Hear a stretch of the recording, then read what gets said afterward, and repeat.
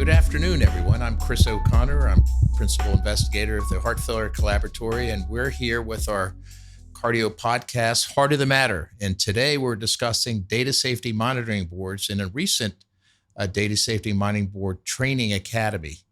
And I'm here with my distinguished colleagues, and I'm going to ask to go around the table and introduce themselves. And I'll start with Dr. Janet Wittes.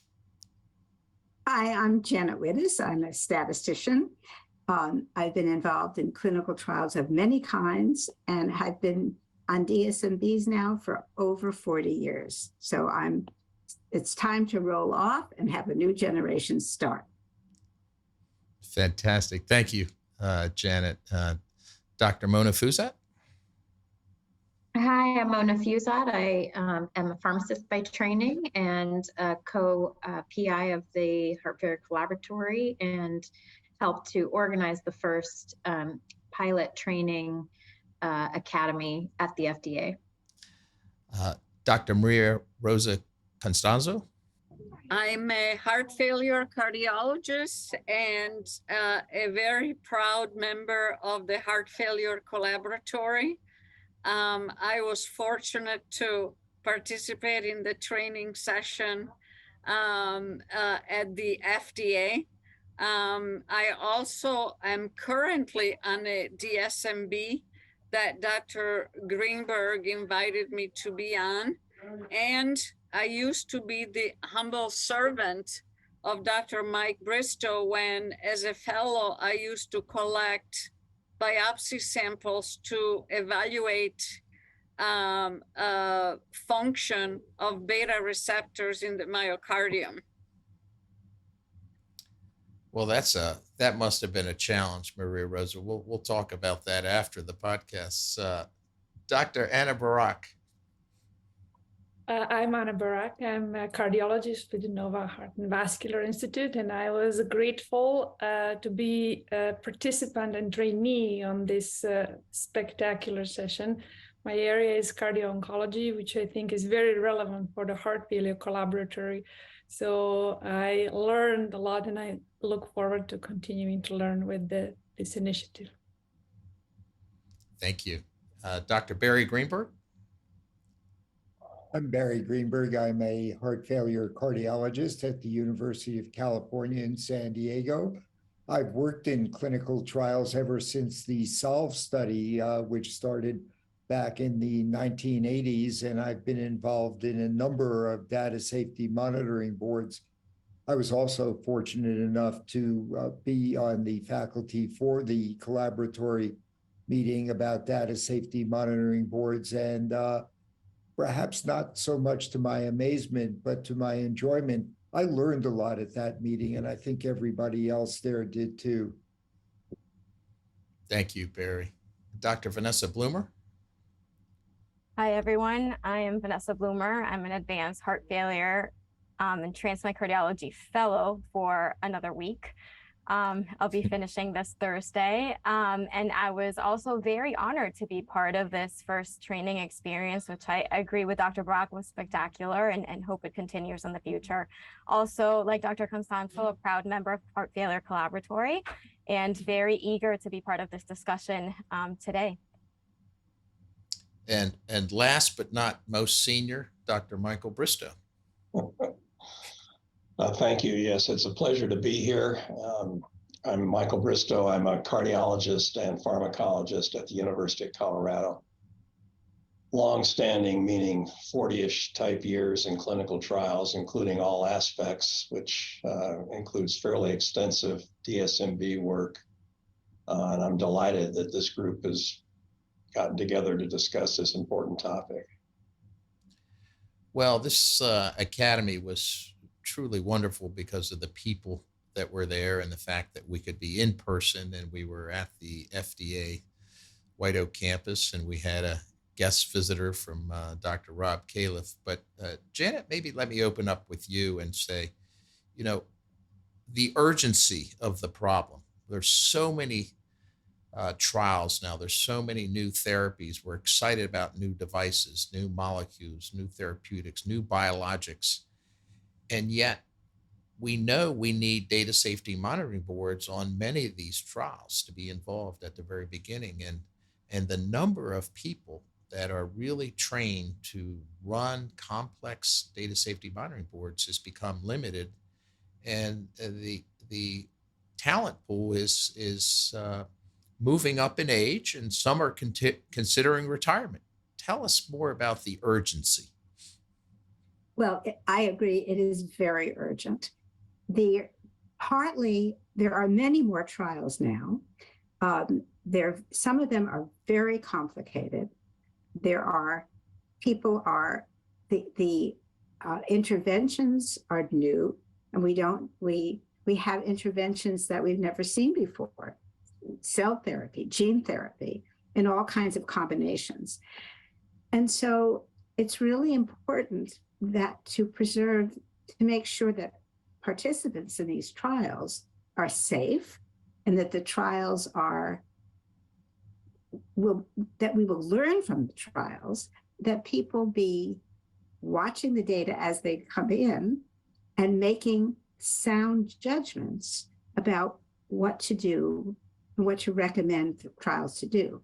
And I think the only way you can learn how to do that is by participating in these meetings, but not being the only one, not being the only cardiologist, or not being the only statistician. There's got to be some people from whom you can learn and discuss.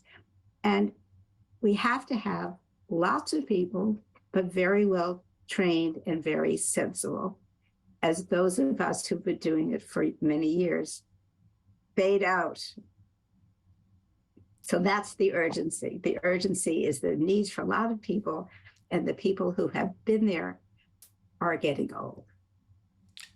Well, and as you said, the world is getting so much more complex in these trials. They're international. There's multiple different new techniques to evaluate information. Dr. Fiuzat, the collaboratory embarked on this with a conversation with Dr. David Demetz. Why was this important for the collaboratory? Sure, yes, and to acknowledge Dr. Dave Demetz, who's not with us today, this really was an idea of his, and so we hope to expand on that perspective in a future podcast. But basically, during COVID, he had already created these amazing videos and had already engaged this whole statistical team to really do a lot of didactics, but it was not, it didn't have much airtime. And so he came to us at the collaboratory and said, you know, he could really use some help with a platform to make this known. And we thought it was very well aligned with the initiatives of the collaboratory in training the next generation and diversifying the next generation who are involved in clinical trials. And this is such an important part of the clinical trial fabric that is very rarely receiving notoriety or even maybe much knowledge, but a crucial part of a clinical trial. And so we thought this was right up our alley to help take this initiative to the next stage. Well, and it was truly the leadership of David and Janet and Tom Fleming in putting together a really unique day in which there were some didactic sessions. We had former chairs at DSMBs like Dr. Bristow and Dr. Greenberg give their reflections on lessons learned. And then we went into true practicum, where we set up mock DSMCs, and we had the young trainees co-chair those. We had sort of the mid-senior career clinical investigators be part of that DMC, and the statisticians walked us through the relevant data that emerged as if it was an ongoing live clinical trial. And I'm going to go around the room and just ask the team, my colleagues, what were the top takeaways from the practicum experience? And I'll start with Dr. Anna Barac, who you were a trainee. Yes, and I it felt like the best days of medical school when you sit in a room and the history unfolds in front of you and say, oh my, I need to apply all of this. So it provided not only the experience of how critical DSMB role it plays in assuring, yes, safety of the patients in clinical trials, but how a visionary DSMB can increase can help in the design, in assuring the integrity of a clinical trial, in also assuring that the right endpoints are being collected accurately, and frequently, as we learn, really decide or drive the fate of that clinical trial. So living it through the practical experiences and getting a live discussion between the chair and the statistician was just invaluable. Thank you. And I'm going to ask Dr. Blumer, who was also a young trainee who was asked to chair the DSMB, that Dr. Wittes was the statistician and Dr. Costanzo was the clinical investigator part of that committee. Dr. Blumer, what did you take away? I mean, first and foremost, I want to congratulate you all because this was honestly an incredible experience that I learned a lot. It's hard really to summarize just in one statement. I think first, one thing that I learned is how much is available to DSMB members. And I think it's important for DSMB members to know what they can ask for and what information can be available to them. So I think that in itself is a learning experience, because I think had I not done this training, I would not know what I can ask from a trial and what information can be available to me. When can I unblind a trial, and that I should ask for unblinded information. So I think that is one. I think the other one is the impact that DSMB members can have in a trial. And I think that's another discussion that we can have moving forward, but the impact that it can have, for example, in diversity of a trial and in terms of outcomes of a trial. And then I think a large thing that came up in our discussion and in our table is how do you balance keeping patients safe and patient safety while also maintaining trial integrity? And when is it okay to stop a trial for futility versus safety? And I think that also comes down to having enough statistical support or statistical knowledge to know when is it early enough for you to actually stop a trial or considering stopping a trial for futility. In our table, for example, we always kept going with the trial, and that was always the answer. But is there a point where you should actually consider just stopping the trial for futility, or should you feel comfortable enough with doing that? And then when is that point? When should you actually stop the trial for futility or safety? I'll leave it at that for now. Well, I'm going to ask Dr. Costanzo to comment because she was on that committee, and then Dr. Wittes to reflect as the statistician whether this committee got it right. So Maria Rosa. Well, first of all, I think that I learned something that was not completely clear to me, and that is the ability to obtain unblinded data. And how knowing unblinded data can help you make the right decision for the patients. And also, I think that all the statistician present with one voice said that you should request it and you have the right to see it as a DSMB member. That was very reassuring to me.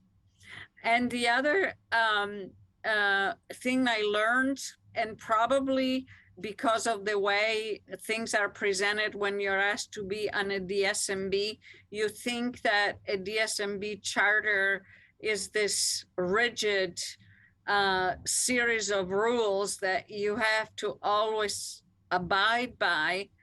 And instead, the statisticians present at the workshop said that the charter is actually a series of principles to guide the proceedings of the DSMB instead of being a series of rigid requirements. And the other thing that they pointed out that was very useful to me was that you have to make a decision by consensus, not by rigid voting. That was very important. And I think we did a good job at our table in reaching a consensus rather than being forced to a vote. Well, Janet, you were the teacher. Did table one get an A based on those two comments? You guys got an A+. And part of the A+ was how engaged you were and how the committee was able to really argue with each other and think about different alternatives. One of the things I feel very strongly about is that committees should not be recorded. There are committees that are recorded. And the nature of the discussions, remember, at a DSMB, you're playing around with decisions that have very serious consequences for the safety of the patients in the trial and for the wider world. And so it's reasonable that people on the committee will disagree, and they have to feel very comfortable. And they may even disagree with themselves, right? You disagree with the others, just you have to feel very comfortable expressing your views and your uncertainties and your certainties without feeling that there's a big brother over you listening. So over the years, I've changed my mind a lot. I used to think we should stay blind. I think that's ridiculous. I used to think you should vote. I think that's ridiculous.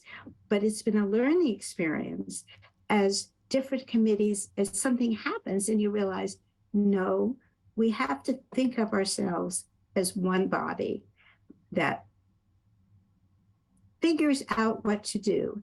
And there's also, I mean, in the particular examples that we dealt with, it turned out that we were right, that the decision to continue the trial was right in the sense that by the end of the trial, we showed benefit of the drug.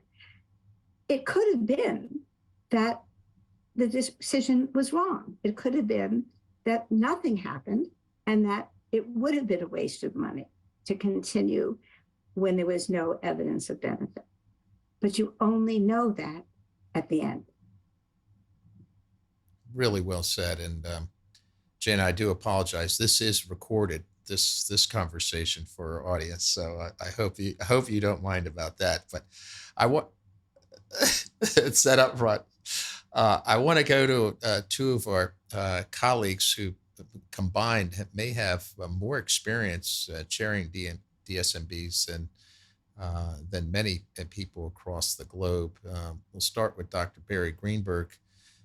You gave some really sound advice from the lessons learned from your experiences, Barry. Maybe you could share a couple of those with the audience today. Yeah, I'd be glad to, Chris. Some of the lessons that I've learned over the years and were discussed and affirmed at the meeting included the need to look at unblinded data when we're evaluating a clinical trial to really understand what the data means in the context of the strategy or the treatment that's being tested, and to be able to understand the potential benefits and also the potential side effects of that treatment. And then also the need to develop that consensus amongst the group and to do it in a way that's unfettered. And I think that I agree with what Janet said very strongly about not having the meetings recorded. so that people can really freely express their views on a clinical trial. What's particularly interesting to me about the meeting, and I think it served a tremendous purpose, is the fact that what was discussed at the collaboratory was really the canon of knowledge that's developed over the last 40 years and how it's evolved and what we've learned, and the need to be able to pass this on to a new generation is absolutely critical for us to be able to do. So I was really, really pleased at the meeting, the fact that we had younger people there and we could share some of these lessons. The other aspect of this is that clinical trials, and I think others have alluded to this, clinical trials are changing. They're not the same as they were 40 years ago. They're not the same as they were 5 years ago. And there are a lot of new ways and new methods that are being incorporated in clinical trials. And this is going to require flexibility on the part of data safety monitoring boards as they view these clinical trials, as they evolve and as they unroll. And one of the lessons, going back to the question you asked me, Chris, that I learned and was reaffirmed at the meeting was the strong support that people who had served on data safety monitoring boards offered for viewing the protocol before the initiation of the trial, so that the data safety monitoring board could make their comments about the design of a clinical trial and offer a very independent and constructive critique of that trial. Because after all, they are going to be monitoring that trial and making critical decisions about its continuance over a period of time. Really well said, Barry. Thank you for sharing that.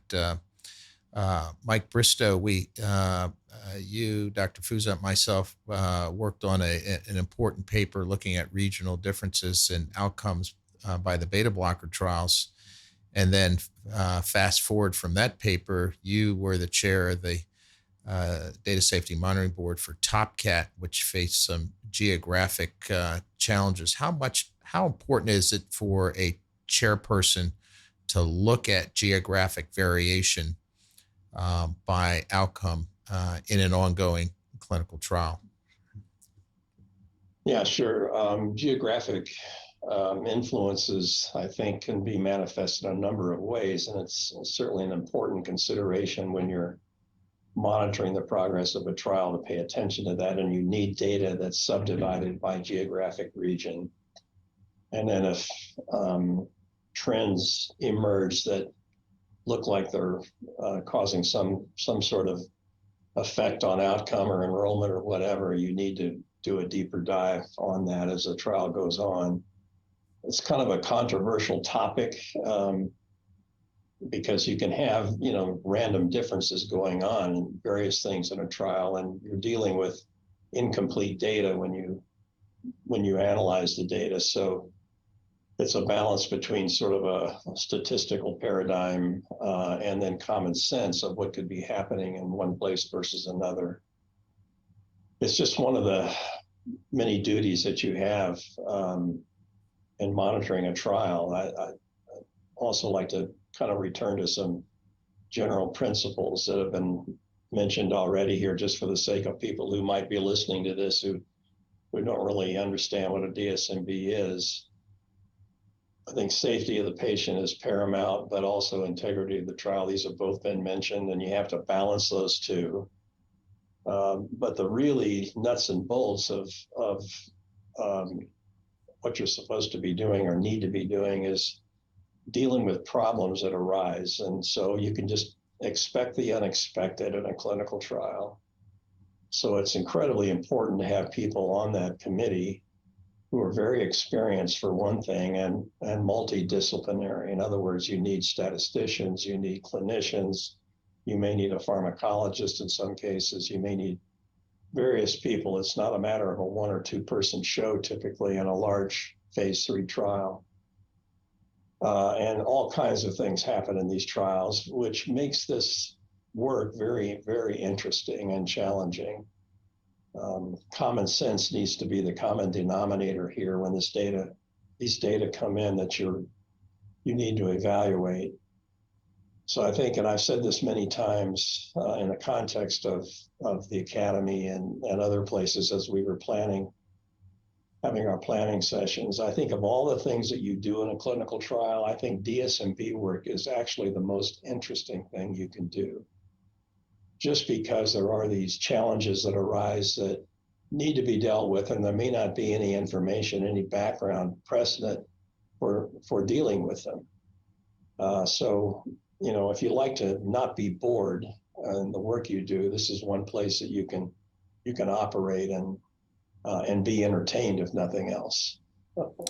Well, well said, Mike. But not only interesting and knowledge acquisition, but so important to the patients and to, like you said, the integrity. I mean, there's just a lot of activity ongoing in a trial that the DMC has a lot of responsibility for. So, thank you for sharing that. I'm going to pose to the panel a challenging question, and I don't know if I should start with Janet or not, because once I ask Janet a question, it's like a leading answer, and everybody says, "Oh yeah, I agree with Janet." So you're on it. You're chairing a DMC, a Data Safety Monitoring Board, and data's coming in, and it's clear that you don't have enough information in the special populations, whether it's in the women or it's in the underrepresented minorities, but it's deemed important. But you recognize that the sample size in those groups are small, and yet there's emerging trends in the overall trial. Do you keep going to get a more definitive answer in the population of women or underrepresented minorities when there is not enough evidence in those sets, but there may be enough evidence overall? And I'm going to start with Maria Rosa, because she's a good friend of mine, and this is a hard question. From what I understood from the proceedings at our table, I think you can request that the investigators redouble their efforts to include underrepresented groups. And in fact, I think this is one of the areas where I learned that the DSMB can intervene that I didn't think was part of the charter of a DSMB.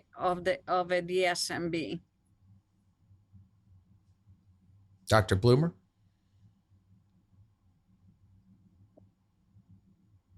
I will agree with Dr. Costanzo, and I'll agree in advance with whatever Janet says. But yeah, I think this was one of the lessons that I also learned from the training, and it's the impact that DSMB can have in enhancing diversity, and I think that that's what I would do. I think I would make a call on the investigators to try to some degree increase recruitment and retention of underrepresented groups and women, if that's the case in this research or in this trial. But yeah, I'd be intrigued to see what Janet says or what her approach is going to be. Well, Janet, like E.F. Hutton, we listen when you speak. I wish my family would say the same thing. Me too. So I thought you were asking a very specific question, and that's probably because that's what I was thinking. You're in a trial. There are men and women in it. That there's clear benefit in the men and there's no benefit in the women. What do you do? And I was involved in a trial like that. I am uncomfortable saying what it was, but I looked at the data and I thought to myself, oh my goodness, I'm going to want this trial to continue, even though the data are really, because it's going to be so hard to interpret. And I thought to myself, nobody else is going to think the same thing. And I chaired it, so I didn't have to start. It started with the first person on my left, and he said, look, none of you are going to agree with me, but this trial has to go on. We can't have no effect in the women and a big effect in the men. And if we stop the trial for the men, it'll be just too confusing. And everybody breathed a sigh of relief. And it turned out that what they all thought, that they had to continue and that nobody else would agree. But we were very nervous. We were very nervous that at the end of the day, we would be criticized. And I do think that's an issue that you need to know about when you join a DMC, that there are decisions and recommendations that you make that other people may not have, and that you may be criticized, and you have to be able to accept that. I do want to say one more thing that's germane to this, but not necessarily. One of the wonderful things about being on a DSMB is the interaction among the various disciplines, where each discipline has to teach the other discipline so that you can all talk and so that you can reach a consensus. And that's really been a wonderful, for me, one of the best things about DMCs. But Janet, can I ask you a question in terms of when you don't see a benefit in women, isn't often the case that the benefit is not seen because women are underrepresented in the trial?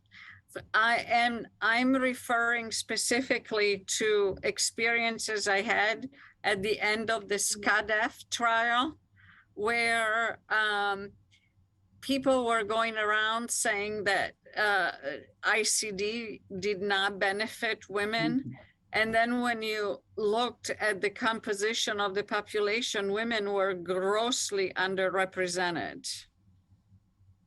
You know, that's, yeah. So I think there's so many, Chris's question to us is so broad, and there are many situations. Yes, if you have an underrepresented group, it's very hard to interpret the data. I'm thinking of the group where it wasn't underrepresented, and yet there was a huge difference. And the question that you kind of have to pose is, at the end of the trial, how will people interpret these data? And that's why it's so useful to have different disciplines talking about it. Really, really highly informative. Wow. We've learned a lot today, and I'm going to let Dr. Fiuzat give the last word. We set up an academy. I think we trained 24 or 36 people.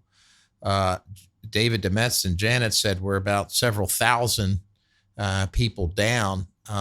We need a DSMB academy to occur every week to catch up. What are the collaboratory's plans to train the necessary amount of workforce that the urgency that Janet has prescribed? Yeah, I mean, we didn't set up the academy. The statisticians did all the work. We just brought them all together. And so we really need to give them the credit for all of the work that they've done. And then the participation of all of our senior leaders or, people with experience that came to the table. It was really a phenomenal experience. And we only just touched the surface. We're only talking about training investigators that would be members of the DSMB, but there's a whole nother group of people that we didn't even get to, which is the industry, the industry members that need a lot of training probably as well, that have never been through it. Janet just touched on, things that they should include in reports.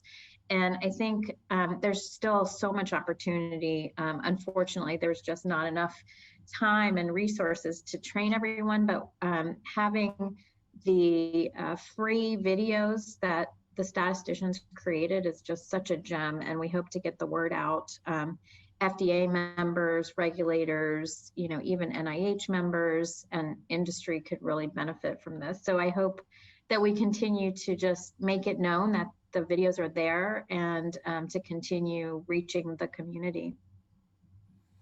So really, Janet, and we'll obviously relay this to David and Tom, you all thought that maybe a year or two and you would retire, but I'm looking at about 10 to 15 years of an annual academy going, and a lot of work that we need to do. So I just want to thank this panel for an excellent discussion today. Thank you so much for sharing your thoughts on what's so important to the ecosystem of development, the data safety monitoring boards, and we look forward to further discussions on this topic on Heart of the Matter podcast.